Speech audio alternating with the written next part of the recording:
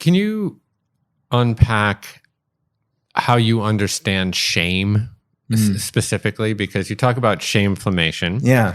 And shame as a source of kind of this dysregulation or hormonal dysregulation, et cetera. Yeah. What is shame? How do you understand that idea? I see shame as it's different than guilt in the sense of people like will conflate those two words. Or like, I feel guilty. There are some things that are, I think, a normal, healthy actually emotion to have when it comes to guilt. Like if I did someone to unintentionally hurt you, or if I said something out of anger or reaction, I should feel guilty about saying that. And that's what the whole act of forgiveness and self-compassion and compassion all has to do with, which is a normal human experience.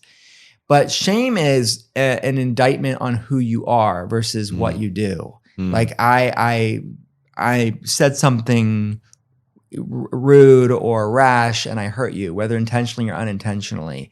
I feel guilty about that versus saying I'm a bad person for doing that and this is my very nature, which is shame. And when you're talking about the topics of unresolved trauma, that's what many of them feel, is that there's something inherently broken or dysfunctional or unlovable and not worthy. And that is what shame is. It's they mistake it for who they truly are, which is deception. That distinction is wonderfully articulated. This idea that guilt is really related to an action, but shame is related to yourself.